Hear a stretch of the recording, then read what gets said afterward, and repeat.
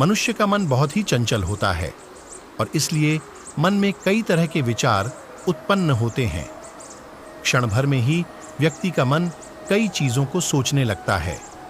इसलिए तो कहा जाता है कि मन को काबू करना आसान नहीं। लेकिन गौतम बुद्ध मन को नियंत्रित करने के आयामों के बारे में भी बता चुके हैं। मन में विचारों का आना गलत नहीं है कि लेकिन मुश्किल तब हो जाती है या विचार ऐसी परिस्थिति में गलत होते हैं जब मन में अश्लील विचार आते हैं। कभी कभी तो ना चाहने के बावजूद भी मन में अश्लील विचार आते हैं। अगर आपके मन में भी ऐसे विचार आते हैं तो गौतम बुद्ध की इस कहानी से आपके विचारों में जरूर बदलाव आएगा। बुद्ध की कहानी अश्लील विचारों को कैसे रोके, बुद्ध अपने भिक्षुओं को उपदेश देने के साथ ही उन्हें भिक्षाटन के लिए भेजते थे। एक बार उन्होंने अपने भिक्षु भरत को भिक्षा लेने के लिए एक श्राविका के घर भेजा। भरत पूरे रास्ते मन में यह सोचते हुए श्राविका के पास गया कि आखिर आज भिक्षा में क्या भोजन खाने को मिलेगा, क्योंकि भरत चंद्रवंश के राजकुमार थे और बुद्ध के सानिध्य भिक्षु के रूप में दीक्षित हुए थे। हमेशा भरत को महल में खाने के लिए स्वादिष्ट पकवान मिलते थे, लेकिन आज भिक्षा के रूप में उसे जो भी मिलेगा संतुष्ट होना पड़ेगा। श्राविका के घर पहुंचकर भरत ने भिक्षा मांगी। श्राविका ने भरत को बैठने के लिए कहा और भोजन लाने के लिए घर के भीतर चली गई। इधर भरत फिर से अपने प्रिय भोजन के बारे में सोचने लगे और जैसे ही श्राविका भोजन लेकर आई तो भरत अचंभित रह गए। भरत ने देखा कि श्राविका ने उनके लिए उनके पसंदीदा पकवान परोसे हैं और अपने प्रिय भोजन को देखकर वह खुश हो गए। भोजन ग्रहण करते हुए भी भरत सोच रहे थे कि महल में तो उन्हें भोजन के बाद विश्राम करने की आदत है, लेकिन आज उन्हें भोजन के बाद वापस तेज धूप चलकर आश्रम जाना होगा।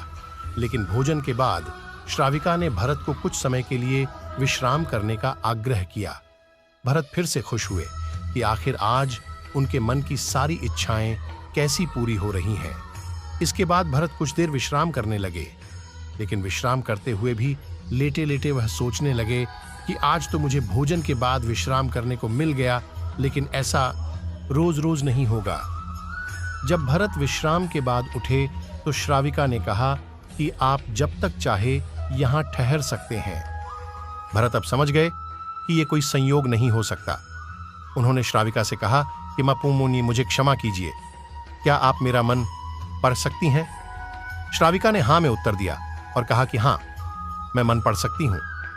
शुरू में यह कठिन था, लेकिन फिर मैंने स्वयं के मन विचारों को देखना शुरू किया। पहले मेरे विचारों की संख्या अनगिनत हुआ करती थी।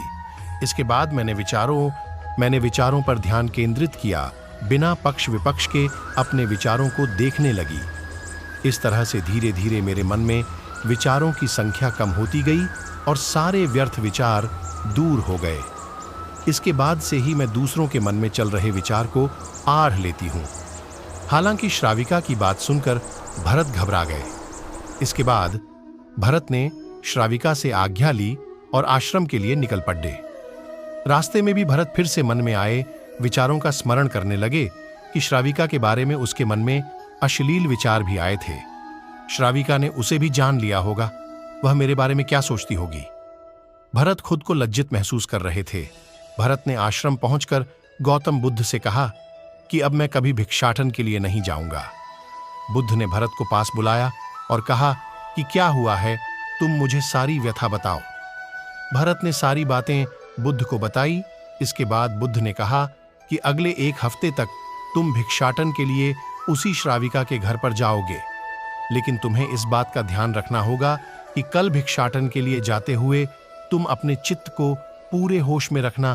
तुम्हारे भीतर क्या विचार उठे उन पर ध्यान केंद्रित करना और यह भी ध्यान रखना कि तुम्हारे मन में कौन सी वासना उठ रही है।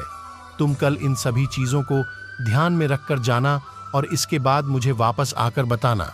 अगले दिन भरत भिक्षाटन के लिए गए। बुद्ध के बताए अनुसार वह पूरे रास्ते अपने होश को जागृत रखते हुए चल रहे थे।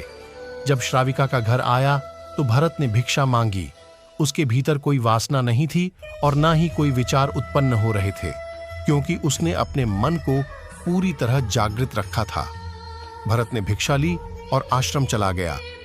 भरत ने बुद्ध को प्रणाम किया और कहा कि आज उसे जिस आनंद की अनुभूति हुई वह पहले कभी नहीं हुई।